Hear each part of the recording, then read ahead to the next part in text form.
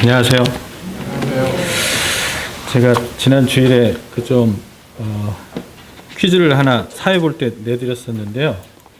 그 설명을 다 안 드린 것 같아서 그냥 좀 드리려고요. 그게 뭐였었냐면 뭐 하나님이 성도를 정죄하냐 뭐 이런 거였는데요.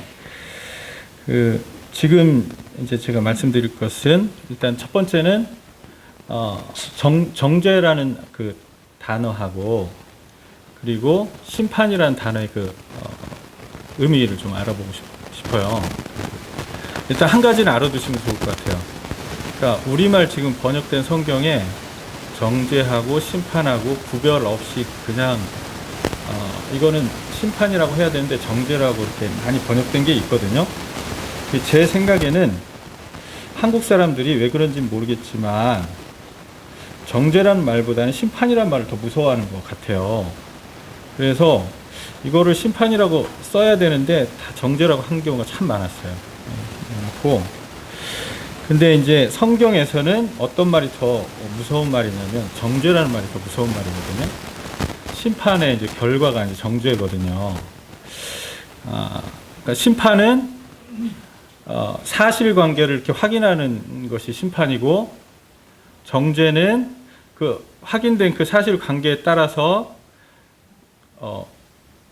유죄, 무죄를 정하고, 그다음 그 죄에 따른 형량을 정하고, 그리고 그 형을 집행시키는 것까지가 이제 정죄거든요. 예. 그래서 만약에 하나님이 성도를 정죄하신다면, 이제 성도는 구원이 취소되는 거예요. 그리고 만약 불신자를 정죄한다 하나님이, 그러면 그의 이 생에서의 삶이 끝나는 거예요. 구원의 기회를 잃어버리는 거예요. 그래서 불신자는 그 사는 날 동안 최후 심판 때 가기까지 이제 주님이 정죄를 하시진 않는다. 성도는 정죄하지 않는다. 이제 이런 걸 좀 알아두시면 좋을 것 같고요. 그리고 제가 한번 뭘 하나 이제 써온 거를 한번 읽어드리고 싶습니다. 예. 그 제목이 이제 정죄라고 써봤고요. 나 자신이 혹은 다른 사람이 혹은 마귀가, 이렇게 이제 세 부류가 우리를 정죄할 수 있는데요. 이 세 부류가 율법을 통해서 내 양심에서 행하는 정죄가 있어요. 이게 이제 피조물의 정죄겠죠. 이것은 하나님이 허락하지 않는 불법적인 정죄죠. 예. 근데 이런 정죄를 우리가 많이 당해요. 마치 하나님의 정죄처럼 느끼기도 해요. 그래서 거기에 잡히기도 하고 그렇거든요. 예. 네. 그런 이제 정죄가 있죠. 예. 그리고 또 하나는 그다음 두 번째 단락, 하나님은 불신자가 이 생에 사는 동안 그리고 최후 심판 때 서기 전까지 그를 정죄하지 않으신다. 불신자는 최후 심판 때에서 한번 하나님의 정죄를 받고 정해진 형량대로 영원히 지옥에서 형벌을 받는다. 그리고 신자는 믿은 이후에 하나님께 결코 단 한 번도 정죄를 영원히 받지 않는다. 그리스도를 그리스도의 심판대 앞에서 상급 심판을 받는다. 이런 말씀을 드리고 싶고요.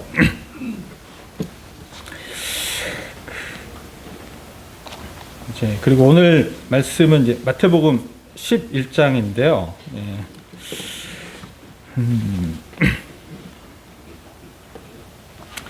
11장을 한번 13절부터 한번 보겠습니다. 13절, 11장 13절을 먼저 한번 보겠습니다.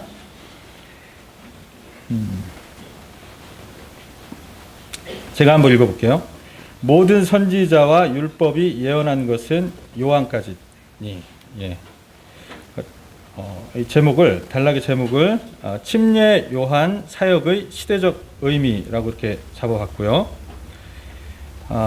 요한이 종말에 출현할 메시아를 예언한 마지막 사람이라는 의미이다.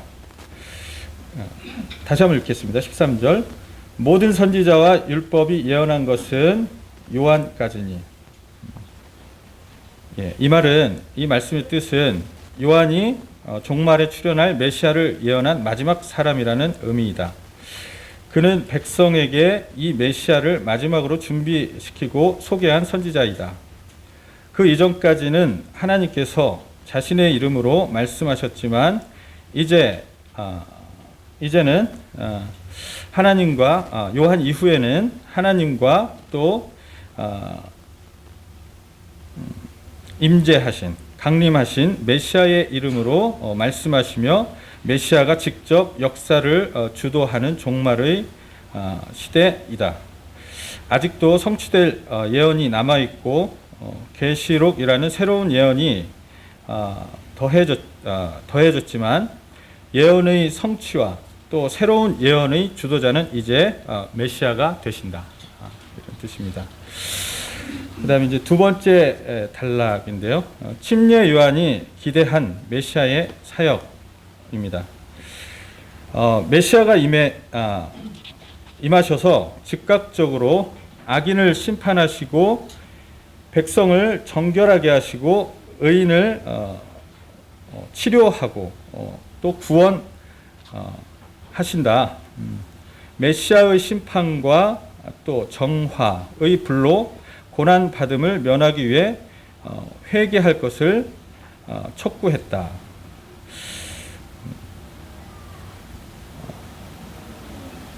그리고 메시아가 임재했을 때 회개하고 메시아를 맞을 준비를 한 백성은 치유와 구원을 경험한다.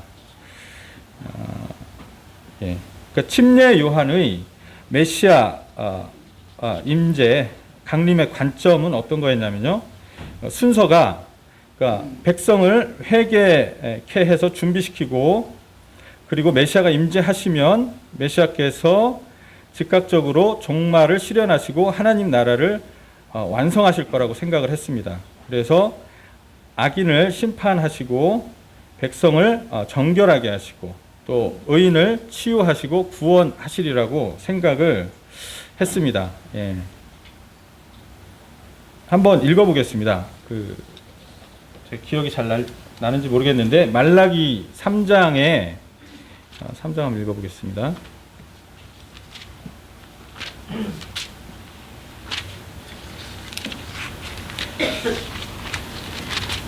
말라기 3장 1절부터 읽어보겠는데요. 1절부터 3절까지는 백성을 정결하게 하시는 메시아 사역인 것 같아요. 말라기 1절부터 3절까지 만군의 같이 한번 읽어보실래요? 말라기 3장 1절부터 3절까지 만군의 여호와가 이르노라 보라 내가 내 사자를 보내리니 그가 내 앞에서 길을 준비할 것이요 또 너희가 구하는 바 주가 갑자기 그의 성전에 임하시리니 곧 너희가 사모하는 바 언약의 사자가 임하실 것이라. 그가 임하시는 날을 누가 능히 당하며 그가 나타나는 때에 누가 능히 서리요. 그는 금을 연단하는 자의 불과 표백하는 자의 잿물과 같을 것이라. 그가 은을 연단하여 깨끗하게 하는 자 같이 앉아서 레위 자손을 깨끗하게 하되 금, 은같이 그들을 연단하리니 그들이 공의로운 제물을 나 여호와께 바칠 것이라.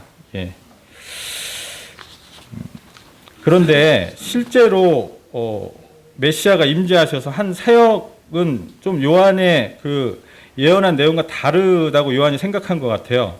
실제로 이제 메시아가 사역 하신 내용을 보면 일단 요한이 회개로 메시아를 준비시키고 그리고 메시아가 이제 임재를 하셨는데 심판하시고 정화하는 일을 하지 않으셨고요. 그리고 죄인을 오래 참으시고 은혜를 베푸시는 사역을 하셨거든요. 그래서 오히려 이제 5절 보면요. 이제 5절을 보면 침례 요한이 메시아 사역에 대해서 의문을 가지고 예수님께 왔을 때 예수님이 주신 답이 5절인데요. 5절에 보면 맹인이 보며 못 걷는 사람이 걸으며 나병 환자가 깨끗함을 받으며 못 듣는 자가 들으며 죽은 자가 살아나며 가난한 자에게 복음이 전파된다 하라. 그러니까 메시아 사역의 그 좋은 점들만 이렇게 말씀을 하시는 것을 볼 수가 있거든요. 어떤 심판의 사역이라기보다는 구원하는 사역, 은혜를 베푸는 사역에 대해서 이제 이렇게 주님이 증거로 주신 것을 볼 수가 있고요. 네. 그래서 일단 이제 그 다음 단락을 제가 교회 시대의 경륜, 본분 이렇게 한번 잡아봤는데요. 교회 시대의 경륜, 본분.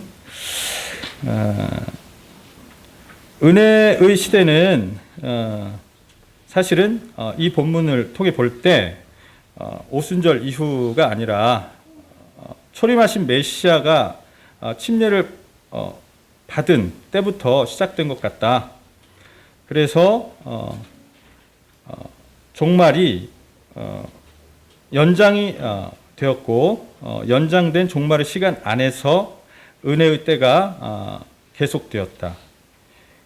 침례 요한은 종말 시대의 끝부분에 예언이 집중돼 있었는데 메시아의 초림으로 종말 시대가 시작이 되었지만 아직 끝은 아니고 끝이 나기까지 재림하셔서 끝나기까지는 긴 시간이 있다는 거죠. 예, 그 시간이 있다는 것이고, 그리고 우리는 교회인 우리는 이 종말의 긴 시간 속에서 이제 메시아의 사역을 대행하고 있다. 이제 이렇게 말씀을 드릴 수가 있고요.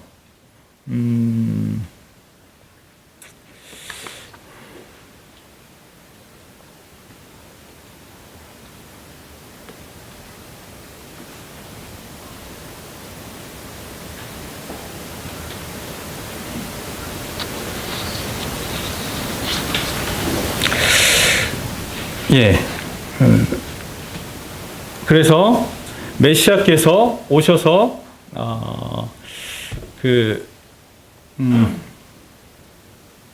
어떤 메시아적인 표적과 능력을 가지고 성령의 어떤 함께하심으로 말씀을 전하시면서 사역을 하셨는데, 이제 그 사역을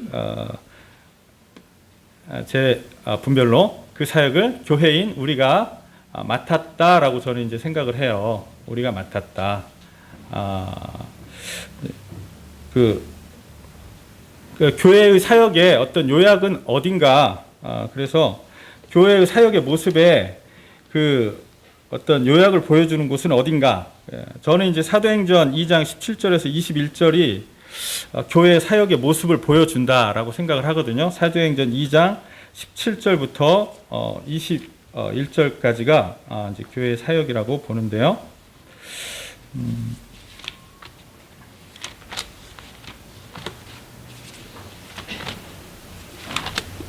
사도행전 2장 17절부터 21절까지를 보시겠습니다.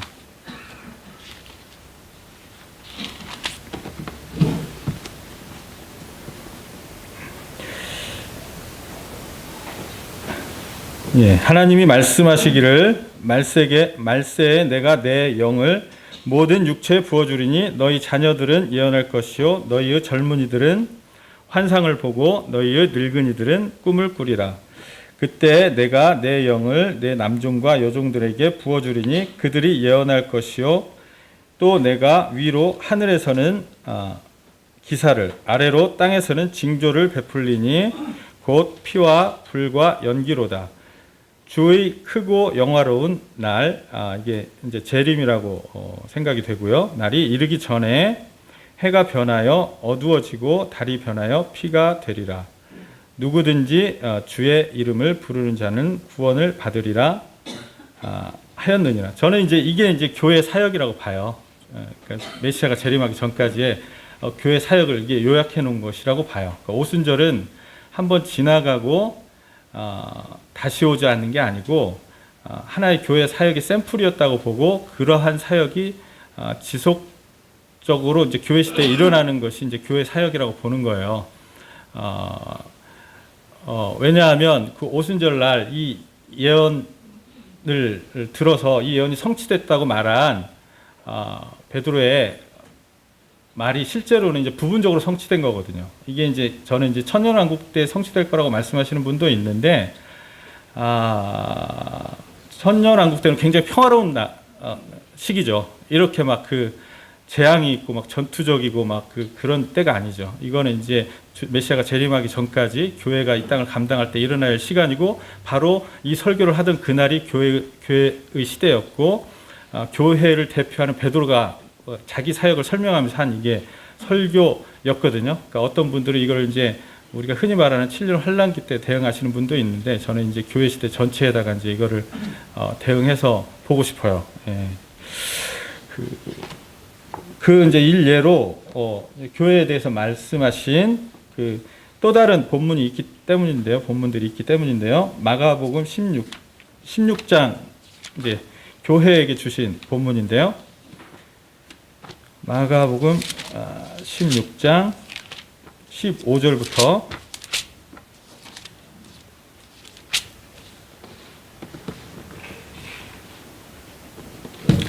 15절부터 20절까지를 한번 보겠습니다.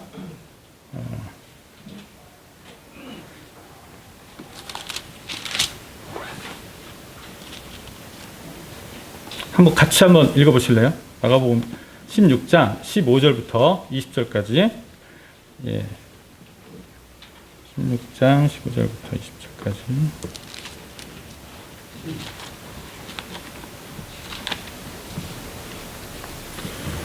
시작. 또 이르시되 너희는 온 천하에 다니며 만민에게 복음을 전파하라. 믿고 세례를 받는 사람은 구원을 얻을 것이요 믿지 않는 사람은 정죄를 받으리라. 믿는 자들에게는 이런 표적이 따르리니 곧 그들이 내 이름으로 귀신을 쫓아내며 새 방언을 말하며 뱀을 집어올리며 무슨 독을 마실지라도 해를 받지 아니하며 병든 사람에게 손을 얹은즉 나으리라 하시더라. 주 예수께서 말씀을 마치신 후에 하늘로 올려지사 하나님 우편에 앉으시니라. 제자들이 나가 두루 전파할세 주께서 함께 역사하사 그 따르는 표적으로 말씀을 확실히 증언하시니라. 예, 그리고 누가복음 한 절 한번 읽어보시겠습니다. 누가복음 24장 49절이에요. 그러니까 교회 시대에 따라야 되는 권능에 대한 말씀들이죠. 예. 누가복음 24장 49절입니다.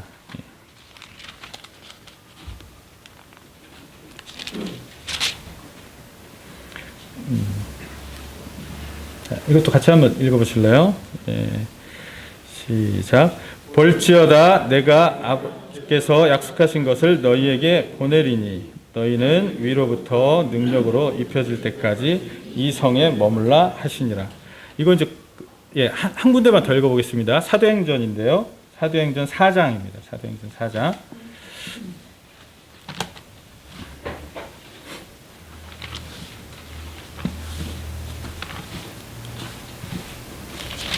사도행전 4장 29절부터요. 사도행전 4장 29절부터 31절입니다. 이것도 함께 읽어보겠습니다. 예. 시작. 주여 이제도 그들의 위협함을 굽어 보시옵고 또 종들로 하여금 담대히 하나님의 말씀을 전하게 주시오며 손을 내밀어 병을 낫게 하시옵고 표적과 기사가 거룩한 종 예수의 이름으로 이루어지게 하옵소서 하더라. 빌기를 다음에 모인 곳이 진동하더니 무리가 다 성령에 충만하여 담대히 하나님의 말씀을 전하니라. 이게 이제 사도행전은 어떤 분들은 교회사적으로 과도기적인 과정이고 역사서기 때문에 여기서 교리를 뽑으면 안 된다라고 말씀하시는 분들도 계세요. 근데 사실은 모세오경이 다 모세오경 특별히 창세기, 출애굽기, 민수기가 다 역사서거든요. 거기서 엄청난 교리들이 나와요. 이신칭이도 거기서 다 나오고. 그러니까 그거는 좀 말이 안 맞는 얘기예요. 시편 같은 데서도 엄청난 교리들이 나오거든요. 아주 비유가 강한 문학인데, 그러니까 그런 걸 좀 참고하시고, 저는 이게 과도기적인 어떤 기간에 써진 역사책이기 때문에 여기서 교리를 뽑으면 안 된다라는 것에 저는 개인적으로 그렇게 이제 생각은 아직은 동의를 안 해요. 그 분별에는. 예. 그래서 예, 저는 그 오순절적인 그 성령의 사역을 제가 이제 바라고 또 예, 사모가 되고 그렇습니다. 저는.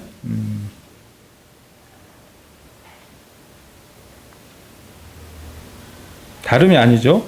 성령의 말씀에 의한 믿음과 경건과 사역과 표적의 능력이 함께하는 사역이죠. 믿음 그리고 또 복음 또 성령에 의해서 은혜와 권능이 충만한 그런 사역이 이제 신약교회 사역이다 이렇게 생각을 하고요.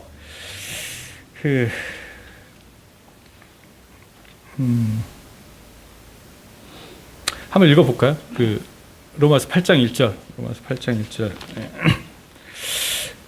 로마서 8장 1절 어떤 분들은 이제 신분적인 어떤 우리가 얻은 그 정죄함 없음, 법적인 정죄함 없음이라고 해석하는데 이제 문맥을 볼 때는 그렇지 않거든요. 성령의 능력에 대한 이제 말씀이거든요. 이게 이제 신학교회의 모습이거든요. 이제 우리가 사실은 누려야 할 모습인데 로마서 8장 1절.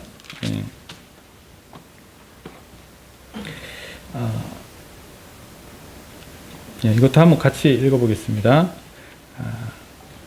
1절, 2절까지 읽어보겠습니다. 시작.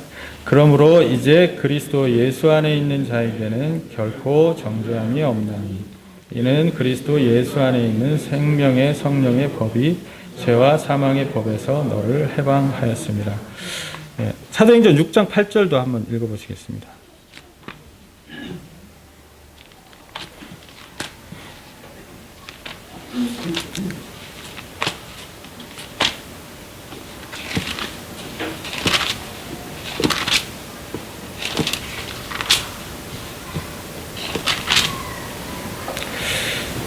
예, 6장 8절.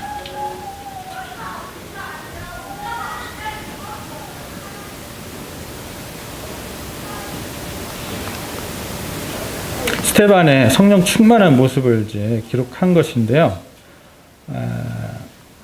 이게 이제 신약교회 모습이죠. 예, 읽어보겠습니다. 시작. 스테반이 은혜와 권능이 충만하여 큰 기사와 표적을 민간에 행했다. 예, 이렇게 되어 있습니다. 그래서 종말 시대 아주 긴 지금 종말 시대를 살고 있는 우리인데요. 이 종말 시대의 끝에 이제 거짓된 기적과 이제 표적이 나타난다 이런 말씀을 경고를 하십니다. 그렇지만 교회는 만물 안에서 만물을 충만하게 하시는 하나님의 충만입니다. 그리고 하나님의 힘의 위력으로 역사하심을 따라서 믿는 교회에게 베푸신 능력은 아주 지극히 큽니다. 이런 교회의 능력으로 이제 우리가 종말에 있을 그 거짓된 기적과 표적을 교회가 압도한다고 저는 이제 생각을 하거든요. 예. 에베소서도 한번 읽어보겠습니다. 에베소서 1장인데요.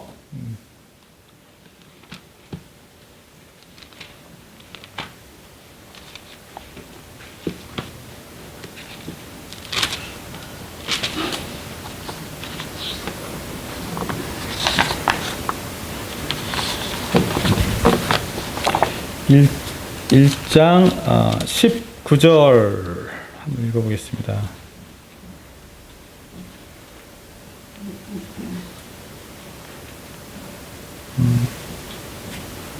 시작. 그의 힘의 위력으로 역사하심을 따라 믿는 우리에게 베푸신 능력의 지극히 크심이 어떠한 것을 너희로 알게 하시기를 구하노라. 예, 이 능력을 저희가 알고 이제 구했으면 좋겠다. 당연한 것으로 사모했으면 좋겠다. 이제 이런 생각을 하고 있고요. 그 한 예를 제가 이제 말씀을 드리려고 그래요. 실예를. 아룰라판이라는 형제님이 계십니다. 모임에 이제 형제님이신데 어떤 형제님이시냐면 영국 모임의 1세대 형제님들 중에 이제 안토니 노리스 그로브스라는 형제님이 계신데 이 형제님이 이제 인도 선교를 하셨는데 인도 선교 하실 때 그 현지에서 동역해 주신 인도 분이시거든요. 이 아룰라판이라는 분이. 근데 이 아룰라판이라는 분에 대해서 제가 이제 소개를 좀 해드리고 싶어요. 브래드린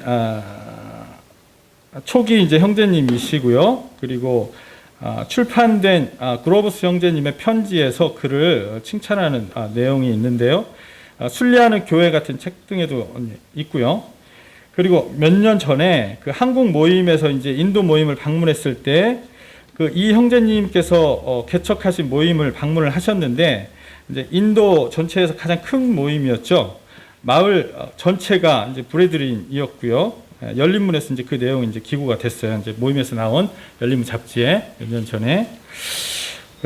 근데 이제 재미있는 사실은 제가 이제 브레드린에 대해서 이렇게 자료를 찾는 중에 본 것인데 그 한국 그 순복음 교단 있죠? 순복음 교단의 이제 교육기관 최초의 교육기관인 그 대조동 순복음 신학교라는 데가 있거든요.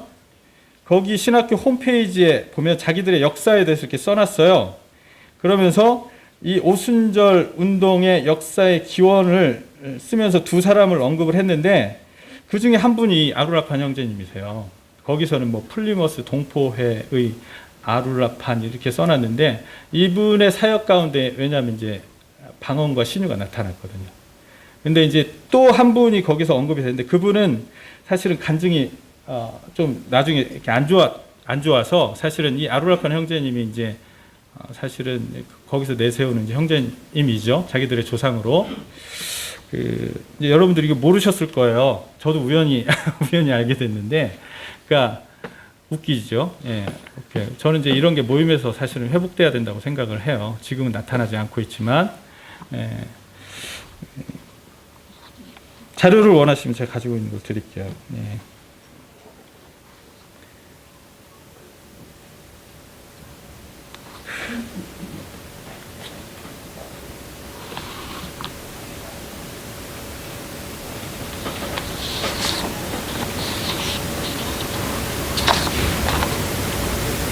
그냥 이거는 제가 이제 그 정리한 것인데 한번 읽겠습니다. 교회가 받은 복은 민족적인 이스라엘에게 언약하신 복과 형식적으로 구별이 되지만 그러나 내용과 수준에 있어서는 동일하다. 왜냐하면 교회는 하나님의 이스라엘이기 때문이다. 예. 아주 너무 갭을 많이 둔 것 같아서 제가 이렇게 한번 말씀을 드리는 거고요. 이제 증거로 에베소서 한번 읽어보실래요? 2장 14절 15절인데요.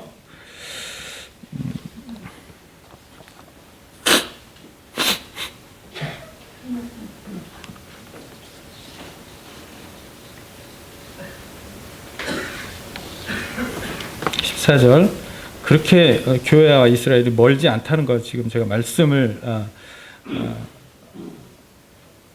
제 이제 생각이지만 말씀드리는 겁니다. 14, 15절 한번 읽어보겠습니다. 잠시만요.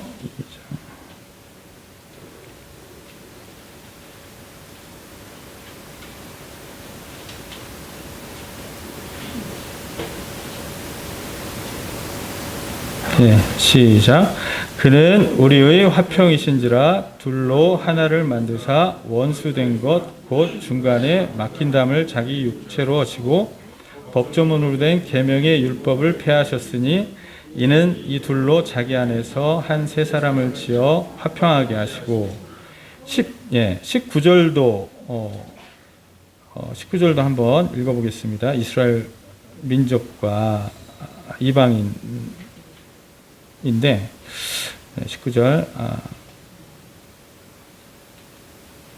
18절부터 읽어볼까요?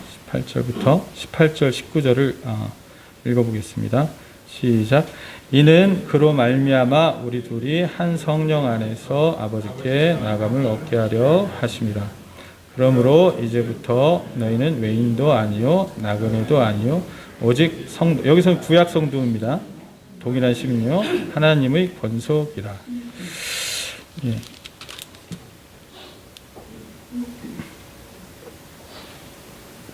3장 6절도 한번 읽어보시겠습니다. 그래서 3장 6절.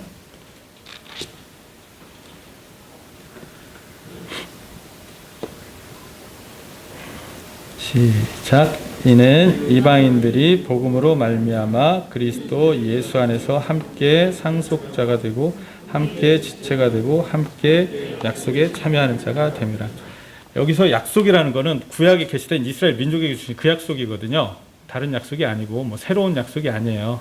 그러니까 이방인이 참여하는 그 복이라는 건 아브라함부터 약속해줬던 민족에게 약속했던 그 언약의 약속 복이다. 이제 이걸 말씀을 하시는 거예요. 그러니까 민족적인 이스라엘이 그 약속을 받고 자기들이 그 약속을 경험해 가는 그 과정과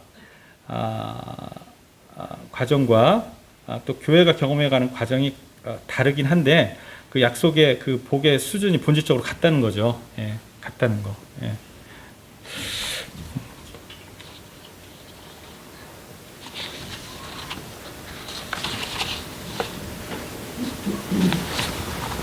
그래서 교회는 그 안에는 뭐 이스라엘 사람도 있고 뭐 이방인도 있겠지만 그 교회 안에 있는 이스라엘 사람은 성도가 된 이스라엘 사람은 절대로 자기를 구약의 언약에서 분리된 또 다른 어떤 그 계층으로 생각을 안 했다는 거예요. 바로 그 언약을 내가 받았다라고 생각한 거예요. 모든 사도들이 그랬고 교회에 속한 이스라엘이 그랬다는 거예요. 예. 그렇게 생각했다는 거예요. 이방인들은 우리는 이제 아브라함의 자손이 됐다. 야곱의 자손이 됐다. 거꾸로 이렇게 생각했고 교회 안에 있는 이스라엘 사람들은 조상들이 약속한 언약을 우리가 드디어 받았구나. 이제 이렇게 생각을 했다는 거죠. 예. 그 갈라디아서 3장 7절을 한번 보시면요. 이방인들이 교회 안에서 자기를 아브라함의 자손이라고 이제 말씀하는 이제 내용입니다. 갈라디아서 3장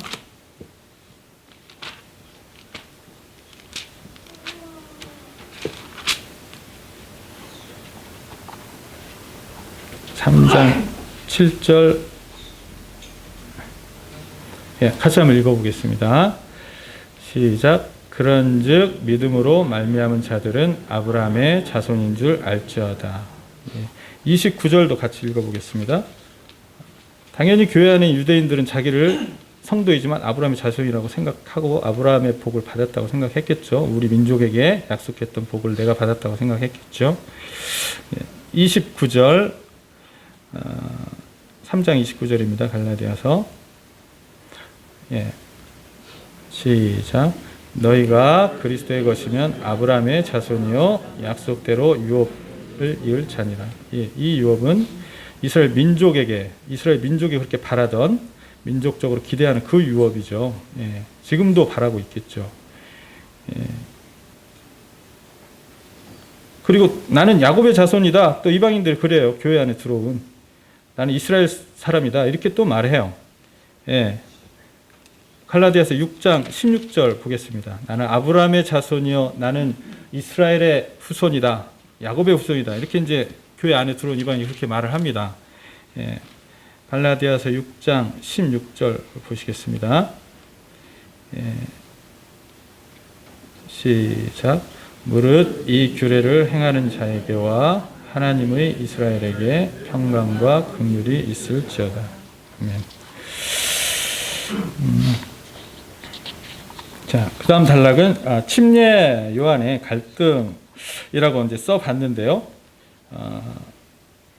시간이 지나도 최종적인 악의 심판과 의인의 구원이 구원을 시행하시지 않으시니까 주님이, 그러니까 요한이 볼 때는 예수님의 사역이 요한 자신이 선포한 말씀과 일치하지 않는 것 같았거든요. 그래서 어려움을 겪었던 것 같아요. 그런 이제 갈등이 이제 요한에게 있었던 것 같습니다. 예, 있었던 것 같은데 그 요한이 그 갈등을 어떻게 해결했는지는 잘 모르겠으나 제 짐작으로는 감옥에 있으면서 굉장한 어떤 주님을 붙드는 과정을 통해서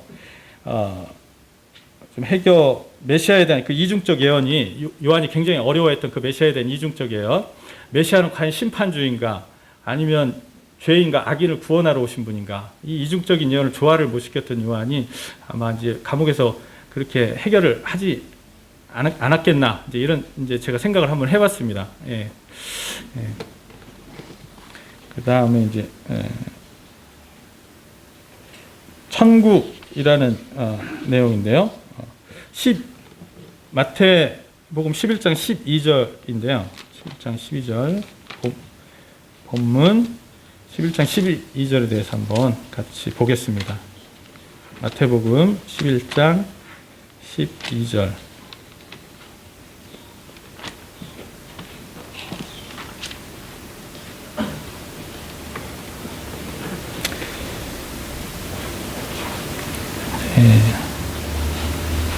함께 읽어보시겠습니다. 시작. 세례 요한의 때부터 지금까지 천국은 침노를 당하나니 침노하는 자는 빼앗느니라.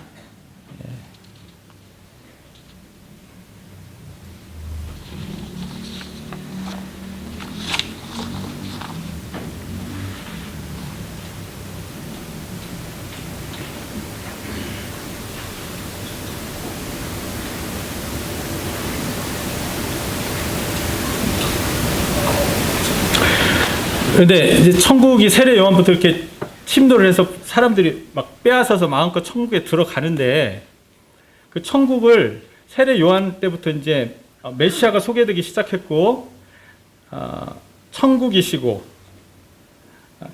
메시아, 복음이신 메시아가 이제 요한 때부터 직접 소개가 됐는데, 그래서 사람들이 이제 막 그 천국을 침노하기 시작을 했는데, 그 천국을 침노하려면 무기가 있어야 되잖아요. 빼앗아야 되니까. 사람들이 천국을 침노하는 무기, 어떻게 세례 요한이 소개하고 천국 자신이신 예수님이 소개한 그 천국을 사람들이 어떻게 침노를 해서 천국을 빼앗았는가. 예. 천국을 침노하는 무기는 어떤 것이었는가. 예, 그것은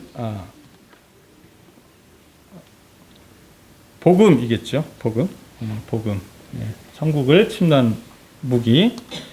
복음에 대해서 로마서 4장 5절 한번 보시겠습니다. 로마서 4장 5절.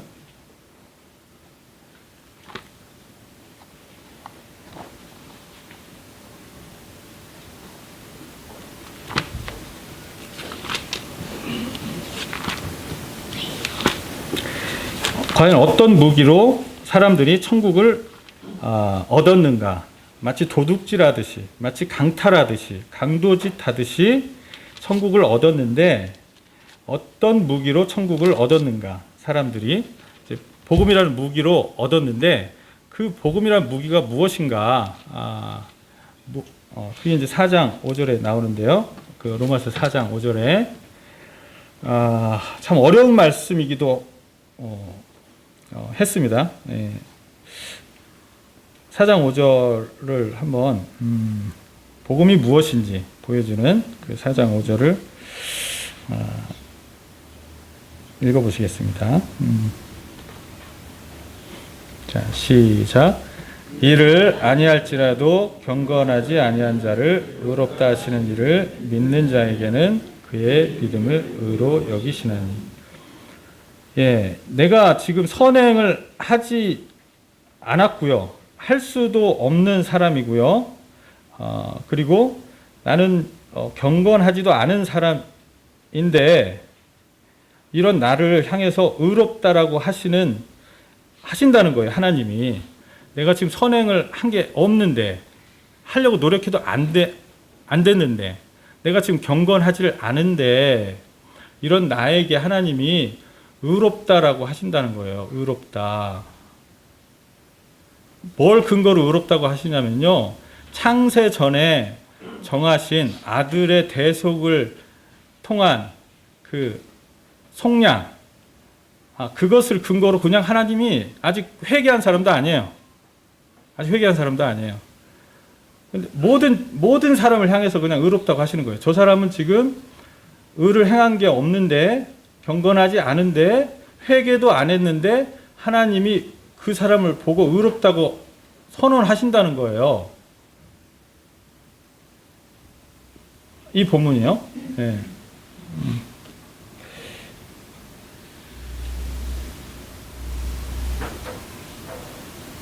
그럼 이게 어떻게 되는 거죠? 여기까지만 말하면 뭐가 되죠? 여기까지만 말하면 구원파의 복음이 되는 거예요. 그리고 구원파의 복음이 되는데, 근데 이 내용을 믿는 사람들은 어떤 사람들이냐면요, 누가 믿을 수 있냐면요, 그 4장 5절에 보면 그렇다, 나는 일을 하지 않았다, 나는 선행을 행한 것이 없다, 나는 선행을 행할 수도 없었다, 나는 경건하지 않은 사람이다 라고 자기 자신을 깨달은 사람, 일단 그 사람이에요. 이 복음을 믿는 사람은 자기 자신을 그렇게 깨달은 사람에게 하나님이 의롭다라고 선언을 해주신다는 거예요. 그럼 여기서 의가 완성이 되냐? 그게 아니에요. 이렇게 아들의 대속을 근거로 그냥 선언을 하실 때 그 선언을 듣고, 그렇습니다, 나는 일을 한 게 없습니다, 나는 경건하지 않습니다, 그런데 나를 의롭다고 하시는군요, 하나님은 참 자비하신 분입니다 라고 그 하나님의 의롭다는 선언을 믿는 사람, 그걸 그냥 받아들이는 사람, 내가 이렇더라도 그때 하나님이 그 받아들임, 그 하나님의 선언을 믿은 그 사람을 그 받아들였다는 그 사실 때문에 의로 여기신다는 거예요. 예. 그때 의가 완성된다는 거예요.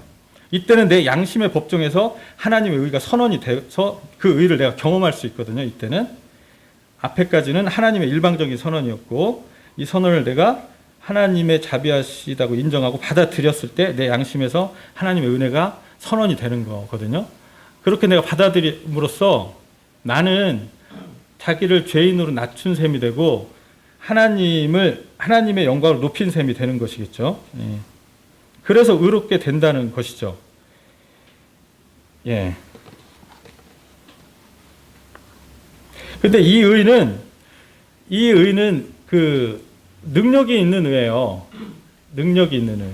이렇게 믿은 사람들은 어떻게 되냐면 그 순간에 이 사람이 거듭나요.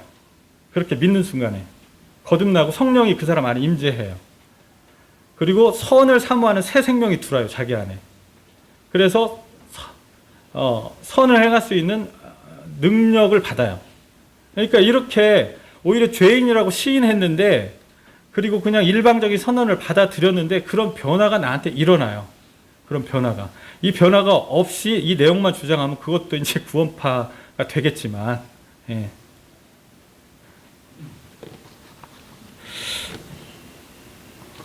그게 이제 복음이 되겠습니다. 예. 그리고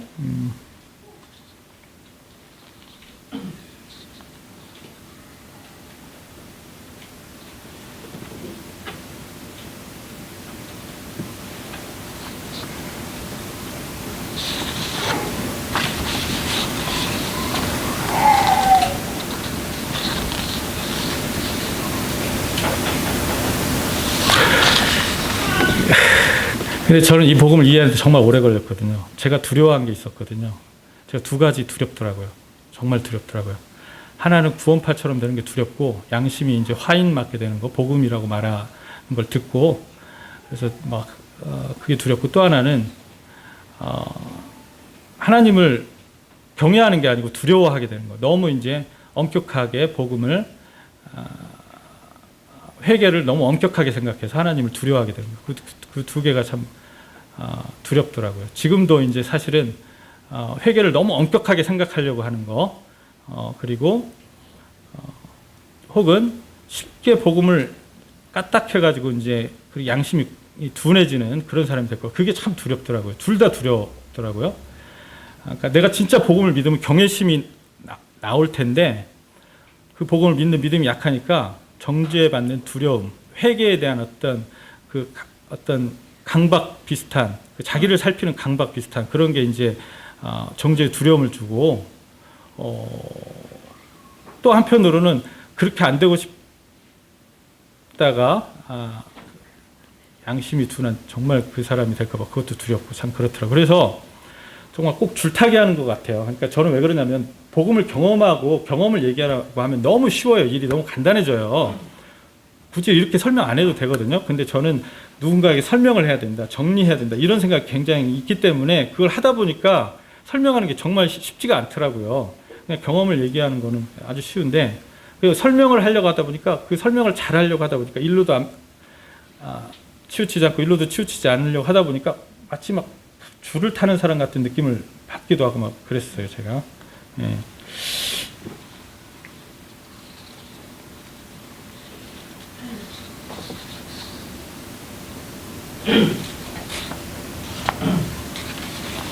예, 그 다음 보시겠습니다. 그 다음 단락인데요. 수고하고 무거운 짐 진 사람을 초청하시는 예수님. 28절부터 30절까지인데요.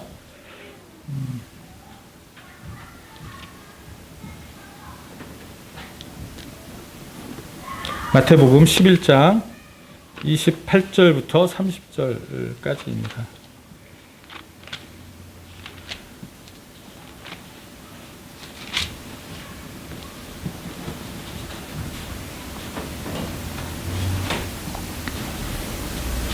자, 같이 한번 읽어보시겠습니다. 시작. 수고하고 무거운 짐진 자들아, 다 내게로 오라. 내가 너희를 쉬게 하리라. 나는 마음이 온유하고 겸손하니 나의 멍에를 베고 내게 배우라. 그리하면 너희 마음이 쉼을 얻으리니 이는 내 멍에는 쉽고 내 짐은 가벼움이라 하시니라. 예. 천국의 매우 중요한 특징 가운데 하나는 안식을 누리는 것입니다. 창조를 마친 후 하나님께서는 다시 하나님의 안식에 들어가셨고 피조물은 안식이 시작되었습니다. 하지만 범죄함으로 피조물의 안식이 깨졌고, 이제는 예수님 안에서 더 좋은 하나님의 안식을 시작할 수 있게 되었습니다. 나는 현재 예수님 안에서 안식을 누리고 있는가? 예, 누리고 있는가? 저는 믿음이 있는 만큼 누리기 때문에, 믿음이 참 많지 않기 때문에 안식을 더 많이 누려야 되는 사람이에요. 저는 믿음이 작기 때문에. 어떤 믿음이 작아요? 아까 제가 로마서 4장 5절에서 말씀드렸던 그 예수님에 대한, 그 나를 향해서 의롭다고 선언하시는 그 예수님을 받아들이는 그 단순한 어린아이 같은 믿음, 그 믿음이 엄청 작기 때문에 안식도 작아요. 저는 굉장히 이제 그 믿음이 정말 있기를 저는 간절히 바라는 마음이 있고 있습니다. 예. 믿음과 복음과 또 순종 안에서만 안식이 있다. 성도의 힘은 바로 천국이시고 또 복음이신 예수님 안에서 누리는 안식이다. 삶의 짐, 또 죄의 짐, 또 영적인 모든 짐을 예수님께 맡기고 그 주님을 따를 때 안식할 수 있다. 안식의 삶을 지속하는 길은 주님의 멍에를 메고 주님께 배우는 것이다. 주님의 멍에는 주님께서 지어주시는 자기 십자가인데 복음과 또 믿음을 통해서 성령의 능력으로 매는 멍에이기 때문에 아주 쉽고 아주 가볍다. 여기서 복음과 믿음을 통해 성령의 능력으로 매는 멍에다. 복음이 뭐예요? 아까 제가 말씀드렸던 그 내용이 복음이에요. 그 내용을 믿는 것이 믿음이에요. 그걸 믿게 하는 것이 성령의 역사예요. 그 믿음에 대한 근육이 강건해져야 되는데, 그러려면 복음을 아주 날카롭고 섬세하게 연구해서 많이 선포해야 되는데, 내가 다시 쓰는 것이 번거롭지 않다고 말했던 바울처럼 계속 그걸 선포하고 말하고 교제가 돼야 되는데, 제가 보기에는 굉장히 부족한 것 같아요. 그 복음에 대한 연구와 선포와 교제가 참 부족해서 저도 막 잊어버려요. 계속 잊어버려요. 왜냐하면 나는 태어나기를 율법적인 사람으로 태어났거든요. 인간이 율법적인 사람으로 태어났거든요. 인과적인 생각을 하는 사람으로 태어났기 때문에 잠깐이면 율법적인 사고로 또 돌아가거든요. 그래서 계속 근육이 길러질 때까지 계속 그 복음이 선언이 되고 교제가 돼야 되는데, 저 혼자 하는 것 같은 느낌을 받았어요. 예, 굉장히 힘들더라고요. 저는 굉장히 힘들더라고요. 예, 예, 예.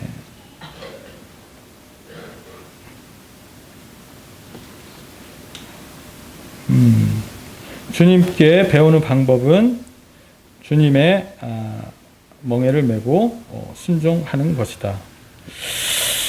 네. 순종이 어렵죠. 순종이 뭐죠? 순종은요,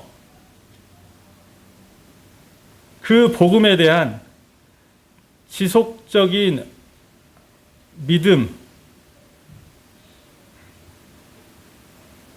이고 그 복음을 지속적으로 믿는 사람에게 주어지는 그 성령의 힘 가운데서 그 성령의 안내를 따라가는 게 순종이거든요. 복음과 성령이 중요한 것이죠. 예. 예, 여기까지 하겠습니다. 이상입니다.